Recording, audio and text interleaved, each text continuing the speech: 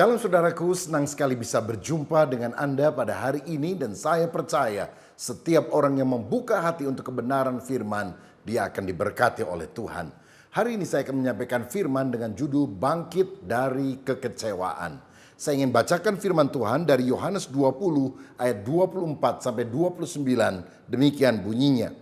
Tetapi Thomas, seorang dari ke-12 murid itu yang disebut Didimus, tidak ada bersama-sama mereka ketika Yesus datang ke situ. Maka kata murid-murid yang lain itu kepadanya, "Kami telah melihat Tuhan." Tetapi Thomas berkata kepada mereka, "Sebelum aku melihat bekas paku pada tangannya dan sebelum aku mencucukkan jariku ke dalam bekas paku itu dan mencucukkan tanganku ke dalam lambungnya, sekali-kali aku tidak akan percaya." 8 hari kemudian murid-murid Yesus berada kembali dalam rumah itu dan Thomas bersama-sama mereka. Sementara pintu-pintu terkunci, Yesus datang dan ia berdiri di tengah-tengah mereka dan berkata, "Damai sejahtera bagi kamu." Kemudian ia berkata kepada Thomas, "Taruhlah jarimu di sini dan lihatlah tanganku. Ulurkanlah tanganmu dan cucukkan ke dalam lambungku dan jangan engkau tidak percaya lagi, melainkan percayalah." Thomas menjawab dia, "Ya Tuhanku dan Allahku." Kata Yesus kepadanya, "Karena engkau telah melihat aku, maka engkau percaya. Berbahagialah mereka yang tidak melihat, namun percaya." Amin. Saudaraku, setelah Yesus bangkit dari antara orang mati, dia menampakkan diri kepada para murid sehingga mereka percaya. Kecuali Thomas, karena Thomas tidak hadir dalam pertemuan itu. Mengapa dia tidak hadir? Kemungkinan besar karena dia kecewa. Karena Mesias yang diharapkan akan menjadi pembebas Israel dari belenggu penjajahan Romawi sudah mati. Dalam pemikirannya nggak mungkin Mesias itu bisa mati dan kalah. Apalagi dia disalibkan di atas bukit Golgota. Saudara, saya melihat di sini orang bisa kecewa seperti Thomas karena beberapa alasan. Yang pertama, kita bisa kecewa kalau kita memiliki harapan yang tidak menjadi kenyataan. Perasaan kecewa Thomas itu juga dialami oleh murid yang lain. Misalnya dalam Lukas 24 ayat 19 sampai 21 ada 2 orang murid yang berjalan ke Emmaus. Dan ketika Yesus bertanya kepada mereka, waktu itu mereka belum sadar itu adalah Yesus. Maka dikatakan demikian, kata Yesus kepada mereka, "Apakah itu?" Jawab mereka, "Apa yang terjadi dengan Yesus orang Nazaret? Dia adalah seorang nabi yang berkuasa dalam pekerjaan dan perkataan di hadapan Allah dan di depan seluruh bangsa kami. Tetapi imam-imam kepala dan pemimpin-pemimpin kami telah menyerahkan dia untuk dihukum mati dan mereka telah menyalibkannya. Padahal kami dahulu mengharapkan bahwa dialah yang datang untuk membebaskan bangsa Israel." Nah, pemikiran semacam inilah yang menjadikan mereka kecewa. Mereka mengharapkan Yesus menjadi raja duniawi yang akan membebaskan dari penjajahan Roma. Saudara, dari sini kita tahu bahwa pikiran dan kehendak kita manusia seringkali berbeda dengan pikiran dan kehendak Tuhan. Dan kalau kita mengharapkan sesuatu yang berbeda dengan rancangan Tuhan, tentu kita bisa kecewa. Akibat kecewa, orang bisa memberikan respon yang negatif dalam kehidupan ini. Dia bisa jengkel, dia bisa marah kepada manusia, bahkan dia bisa marah kepada Tuhan. Dan ini akan mempengaruhi kesehatan, baik secara fisik, mental, dan juga spiritual. Saya pernah mendengar kisah ada seorang gadis yang sudah hampir menikah, bahkan dia dibantu oleh teman wanitanya menulis surat undangan kepada orang-orang yang mereka akan undang pada pernikahan itu. Ternyata saudara, calon suaminya lari dengan siapa? Dengan teman wanita yang bantu dia menulis kartu undangan tersebut. Betapa hancur kecewa hatinya, dia sakit hati, dia marah, dia nggak mau ke gereja. Dia menyalahkan bukan hanya manusia, dia menyalahkan Tuhan. Karena apa? Harapan yang tidak menjadi kenyataan. Saya tidak tahu kondisi saudara seperti apa sekarang. Tapi kalau engkau mengalami hal semacam ini, engkau sedang mengalami kegoncangan seperti Thomas. Yang kedua, kenapa Thomas bisa kecewa? Dan berkaca dari kehidupan Thomas, kita juga harus mengerti apa penyebab kekecewaan. Yang kedua, Karena dia memisahkan diri dari persekutuan. Dia tidak menggabungkan diri dengan persekutuan anak-anak Tuhan, orang-orang yang percaya. Saudara-saudara, dia menyendiri. Sebetulnya kalau kita menyepi untuk me time, memiliki waktu bagi diri kita sendiri, itu oke. Tapi ini kan beda. Dia menyendiri karena patah hati, karena salah paham, karena persepsi negatif, karena harapan yang tidak terpenuhi. Dan ini berbahaya. Hari-hari ini ketika wabah virus corona merebak di mana-mana, kita wajib melakukan physical distancing. Kita harus jauh dalam jarak antara satu dengan yang lain. Itu oke, supaya tidak terjadi penularan virus ini. Tetapi kita juga harus sadar bahwa hati kita tidak boleh menjauh dari keluarga, tidak boleh menjauh dari hubungan dengan saudara-saudara seiman. Kita justru harus saling menguatkan satu dengan yang lain. Kita harus belajar telepon satu dengan yang lain. Mungkin pakai WhatsApp, tanya keadaan orang lain. Kalau saudara biasa ikut kelompok sel, tetap lakukan kelompok sel secara online dengan anggota-anggota kelompok sel saudara. Bahkan di rumah, adakanlah mesbah doa keluarga. Supaya iman kita tetap terjalin kepada Tuhan dan relasi kita dengan orang lain juga menjadi baik. Ibrani 10 ayat 25 berkata, janganlah kita menjauhkan diri dari pertemuan-pertemuan ibadah kita seperti yang dibiasakan oleh beberapa orang, tetapi marilah kita saling menasehati dan semakin giat melakukannya menjelang hari Tuhan yang mendekat. Kalau virus ini sudah berlalu, maka kita harus berkumpul lagi dengan saudara seiman, baik di dalam ibadah umum, baik di dalam kelompok sel, dan kita mendapatkan kekuatan satu dengan yang lain. Dalam situasi darurat tentu kita harus lakukan secara online.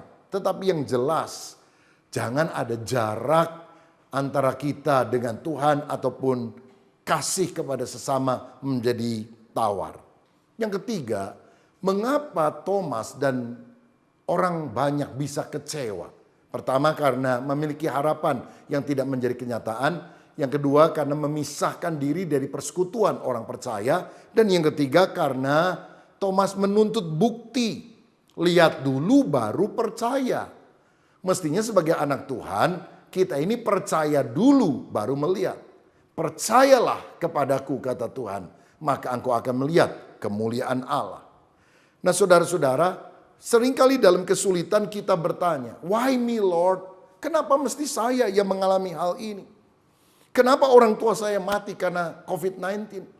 Kenapa usaha saya menjadi bangkrut begini? Karena seluruh rencana berantakan semuanya. Ada yang mau menikah, batal gara-gara virus ini mulai merebak di mana-mana. Dan itu menghancurkan hatinya.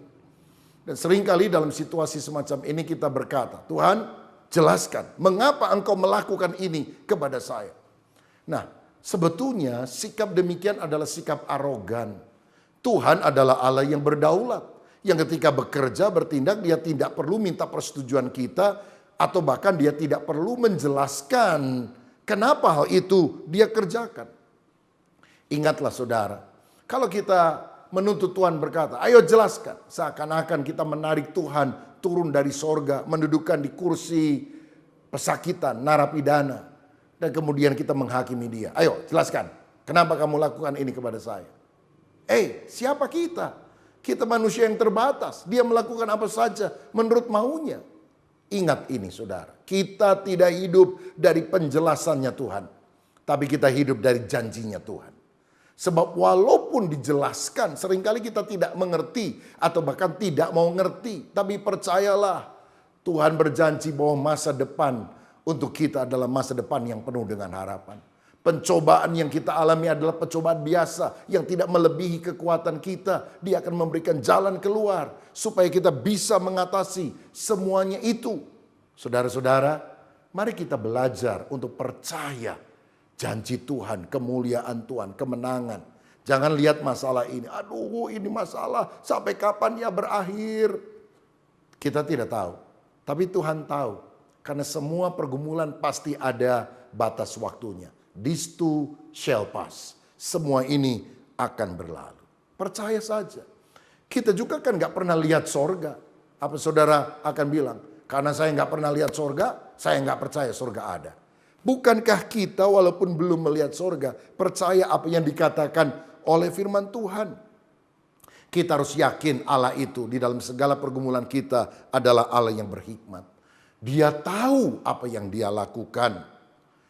Saya ingat satu kali ada seorang pemahat batu datang kepada sebuah bukit batu dan dia mulai setiap hari memukuli bukit batu itu dengan martilnya, dengan peralatan besi yang berat dan besar. Sedangkan bongkahan batu yang sebelahnya tidak dilakukan hal semacam itu, dibiarkan saja. Setiap hari, berbulan-bulan, si pemahat ini melakukan hal tersebut. Sampai satu kali dalam pembicaraan imajiner, batu yang biasa ini ngomong sama batu yang dipukul-pukul setiap hari. Teman, kamu tahu nggak kenapa orang itu begitu jahat tiap hari datang dari pagi sampai sore memukuli kamu dengan palunya, dengan martilnya. Lalu yang sedang diproses ini bilang, aku nggak ngerti apa yang dilakukan oleh si pemahat itu. Tapi saya rasa dia ngerti apa yang dia lakukan. Jadi aku tenang saja. Saudara-saudara, mari kita belajar untuk percaya bahwa walaupun kita belum mengerti, tetapi kita tidak perlu menuntut bukti terlebih dahulu. Percaya saja rencana Tuhan, pikiran Tuhan, kehendak Tuhan lebih luar biasa daripada pikiran dan kehendak kita. Nah, jadi orang bisa kecewa karena 3 hal ini. Pertama, karena memiliki pengharapan yang tidak menjadi kenyataan. Yang kedua, karena dia memisahkan diri dari persekutuan orang-orang percaya yang bisa saling menguatkan satu dengan yang lain. Dan yang ketiga tadi, karena dia menuntut bukti, lihat dulu baru percaya. Mestinya dia percaya dulu baru melihat. Nah, kalau ada di antara saudara yang hari-hari ini sedang mengalami kekecewaan apapun penyebabnya, saya ingin ajak kita berkaca melalui pengalaman Thomas ini. Bagaimana kekecewaan itu bisa berubah menjadi pengharapan. Yang pertama saya melihat di sini adalah Thomas berubah dari tidak percaya, dari ragu-ragu menjadi sangat beriman karena dia mengalami perjumpaan dengan Yesus. Alkitab berkata 8 hari kemudian ketika mereka sedang berhimpun dalam sebuah ruangan dan Thomas ada bersama dengan mereka, tiba-tiba Yesus hadir di tengah-tengah mereka dan berkata, damai sejahtera bagimu. Saudara, Yesus telah bangkit. Dia tidak lagi terbatas oleh ruang dan waktu. Dia bisa hadir dimanapun saja. Dan pengalaman perjumpaan Thomas dengan Yesus ini yang mengubah hidupnya menjadi baru. Saya mau katakan, Tuhan seringkali ingin menyapa kita. Menyatakan diri dan kemuliaannya dengan berbagai cara kepada saudara. Mungkin di tengah kesulitanmu, engkau terpaksa datang berdoa kepada Tuhan dan Tuhan menjamah hidup saudara. Itu merupakan pengalaman perjumpaan engkau dengan Tuhan. Mungkin ketika engkau bangkrut, ketika engkau mengalami krisis, seperti dalam Yesaya 6 ayat 1 dikatakan dalam tahun matinya Raja Uzia, aku melihat Tuhan, Allah serwa sekalian alam. Yesaya mengalami perjumpaan dengan Tuhan pada masa sulit. Mungkin bagi saudara itu berarti dalam tahun usaha bangkrut, dalam tahun aku punya penyakit yang berat, dalam tahun anakku meninggal dunia, pengalaman-pengalaman pahit yang menyebabkan kita datang untuk mencari wajah Tuhan. Itu merupakan kesempatan di mana Tuhan menyatakan diri kepada kita. Tuhan bisa datang melalui angin badai, tapi kadang Tuhan bisa hadir melalui angin yang sepoi-sepoi. Kita tiba-tiba merasakan kok Tuhan begitu baik buat saya. Apa yang saya doakan semuanya dikabulkan Tuhan. Oh Tuhan begitu luar biasa. Kita juga bisa mengalami perjumpaan dengan dia. Dan apa yang dikatakan oleh Thomas ketika dia jumpa dengan Tuhan. Ya Tuhanku dan Allahku. Saudara sekalian, Yesus tidak menolak pengakuan dari Thomas ini. Karena apa? Dia memang Tuhan, dia memang Allah. Tuhan Allah yang jadi manusia untuk menyelamatkan kita. Saya nggak percaya ada manusia yang jadi Tuhan. Saya tidak percaya itu. Tapi saya percaya ada Tuhan yang bisa jadi manusia. Dan namanya adalah Yesus Kristus. Saudara sekalian, dan inilah yang kita juga harus akui. Kalau kita ingin mengalami keselamatan, Yesus engkau Tuhan, Yesus engkau Allah. Alkitab berkata satu kali setiap lutut akan bertelut, semua lidah akan mengaku bahwa Yesus adalah Tuhan. Dan itulah titik balik yang menyebabkan kekecewaan kita berubah menjadi pengharapan. Saudara, hidup Thomas dipulihkan ketika dia mengalami perjumpaan dengan Tuhan. Ada satu hal yang penting di sini. Sebetulnya Thomas itu adalah murid yang setia mengiring Yesus bertahun-tahun. Hanya dalam beberapa hari setelah kematiannya saja dia tidak percaya. Dia ragu-ragu. Tapi kan hanya kurun waktu 8 hari setelah pernyataan Yesus yang pertama untuk membuktikan dia bangkit kepada para murid. Dia hadir lagi dan akhirnya Thomas percaya. Istilahnya cuma 8 hari, 10 hari lah. Paling lama Thomas tidak percaya. Tapi seringkali kita melabeli Thomas sebagai murid peragu, murid yang tidak percaya. Saya mau katakan bahwa keraguan itu hanya sebuah peristiwa, bukan sebuah pengalaman yang menetap dalam kehidupan kita. Jangan izinkan orang melabeli saudara. Kamu orang gagal, kamu orang sial. Kita bisa gagal, tetapi kegagalan itu sebuah peristiwa saja. Hari ini kita gagal, besok tidak akan gagal lagi. Jangan biarkan orang mencap kita, melabeli kita sebagai orang gagal, sebagai orang peragu, sebagai orang yang tidak percaya. Ketika kita jumpa dengan Tuhan, Tuhan akan memulihkan kehidupan kita menjadi baru. Yang kedua, saudara sekalian, bagaimana supaya kekecewaan berubah menjadi pengharapan? Kita harus meyakini Tuhan punya rencana yang indah dalam kehidupan kita. Ini juga yang dialami oleh Thomas. Dia tersungkur, dia berkata, ya Tuhanku, ya Allahku. Dia menjadi percaya sekarang kepada Tuhan. Ternyata Tuhan menepati apa yang dia janjikan sesuai dengan kehendak dan rencananya. Bukankah sebelum Yesus disalib dia pernah berkata anak manusia harus menderita, mati, dan kemudian bangkit pada hari yang ketiga. Dia selama ini tidak percaya. Tapi kemudian sekarang dia meyakini Tuhan menggenapi janjinya karena Tuhan punya rencana yang indah. Saudara, saya mau katakan, seringkali dalam kesulitan Tuhan tampaknya diam dan tidak melakukan apa-apa. Pada sebetulnya dia sedang bekerja di dalam kesenyapannya. Saudara-saudara, ketika Yusuf dijual sebagai budak ke Mesir, tampaknya Tuhan diam. Mungkin Yusuf mencerit-cerit, Tuhan tolong saya. Tuhan tampaknya tidak menolong. Tetapi akhirnya kita tahu, justru karena dia ada di Mesir, dia bisa menolong orang-orang Israel dari kesulitan, dari bencana, kelaparan. You sold me, but God sent me. Engkau menjual aku sebagai budak, tapi sebetulnya Tuhanlah yang mengutus aku ke sini. Bukankah Tuhan bekerja ketika dia dengan senyap tampaknya tidak melakukan apapun? Ketika saudara menghadapi tantangan dan kau tidak mengerti apa yang terjadi, ingatlah Tuhan punya rencana yang baik dalam hidup saudara. Ingat rumus ini. Guru selalu berdiam diri ketika ujian sedang berlangsung. Sekali lagi, guru selalu berdiam diri ketika ujian sedang berlangsung. Tetapi guru yakin kalau muridnya mempelajari dengan seksama apa yang pernah dia ajarkan, murid itu pasti akan bisa menyelesaikan soal tersebut. Jadi kalau Tuhan diam, bukan berarti dia benci kita. Dia percaya, ayo anakku, aku selalu menyertai engkau.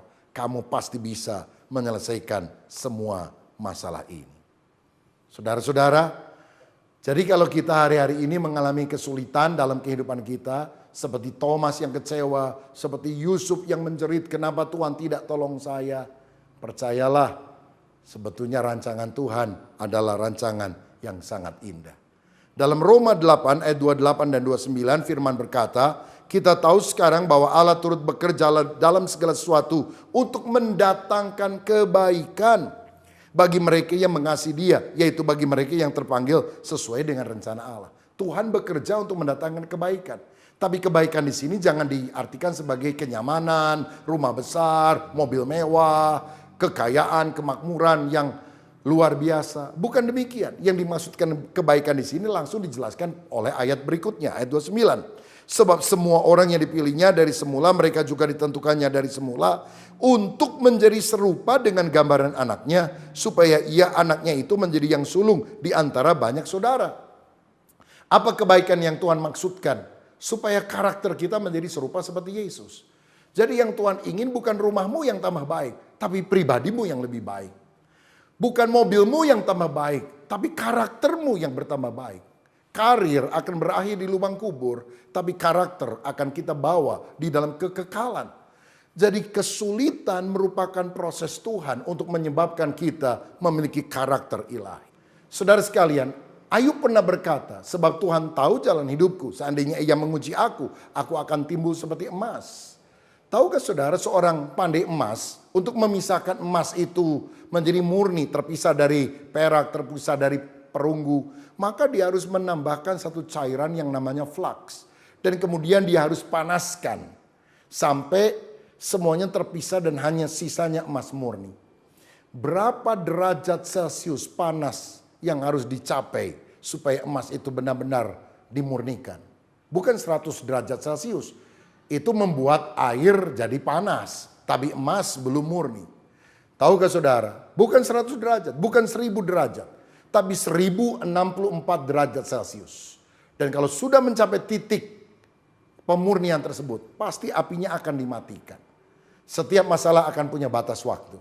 Dan kalau Tuhan izinkan kesulitan datang, percayalah Tuhan punya rencana yang indah. Mungkin kita nggak ngerti, tapi yakinlah Tuhan punya rencana yang indah, yang baik untuk memurnikan kita. Hari-hari ini di tengah wabah corona, Tuhan sedang mengajar kita untuk merendahkan diri di hadapan Tuhan, bertobat dari segala dosa kita. Kita menyadari bahwa kekayaan tidak menjamin, kedudukan tidak menjamin. Kita semuanya harus minta kemurahan hati Tuhan. Kita harus membarui batin kita di hadapan Tuhan. Karakter kita yang tidak baik harus disingkirkan, diganti dengan karakter ilahi. Itu sebabnya ketika saudara masih berada dalam situasi stay at home, jangan marah-marah kepada keluargamu, berantem, bertengkar. Ingat, karaktermu sedang dibentuk oleh Tuhan. Karena Tuhan punya rencana yang indah untuk mendatangkan kebaikan supaya karakter kita menjadi serupa seperti Kristus. Jadi saudara sekalian, bagaimana caranya supaya kita bisa mengubah kecewa menjadi harapan? Yang pertama, kita harus mengalami perjumpaan dengan Yesus, mengaku Yesus adalah Tuhan dan Allahku. Yang kedua, kita harus meyakini Tuhan punya rencana yang indah di dalam kehidupan kita. Walaupun semula kita tidak mengerti seperti Thomas. Jangan biarkan kita pahit hati kecewa. Percayalah Tuhan pasti akan menggenapi janjinya dan rancangannya dalam hidup saudara. Dan yang ketiga, bagaimana supaya kita bisa mengubah kekecewaan menjadi pengharapan. Kita harus mengabdikan diri kepada Tuhan. Saudara, Thomas ragu hanya beberapa hari. Tetapi setelah itu dia kembali mengabdikan dirinya kepada Tuhan. Dia tidak lagi fokus kepada diri. Lalu dengan negatif memikirkan, aku rugi ikut Yesus, ternyata Yesus mati. Tapi ketika dia fokus kepada Tuhan dan rencananya, dia berkobar-kobar kembali.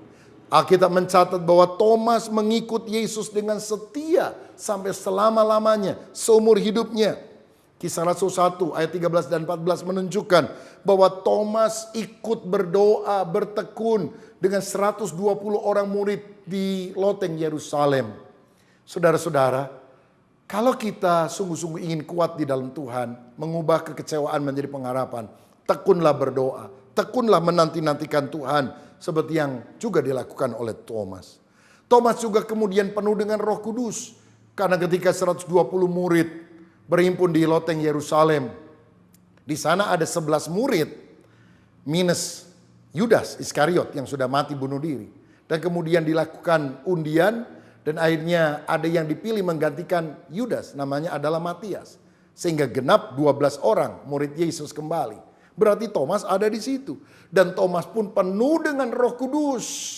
Dia menerima kuasa dari tempat yang mati. Dia tidak ragu-ragu lagi, dia tidak kehilangan iman lagi. Dia berkobar sampai seterusnya.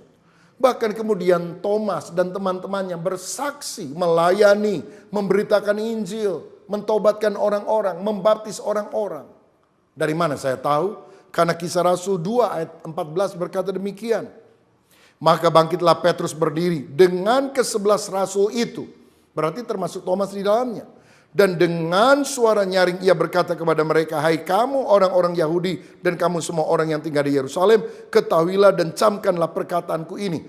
Lalu Petrus menyampaikan khotbahnya yang menyebabkan ribuan orang bertobat. Jadi yang melayani bukan cuma Petrus seorang diri, tapi juga Petrus dan murid-murid yang lain termasuk Thomas.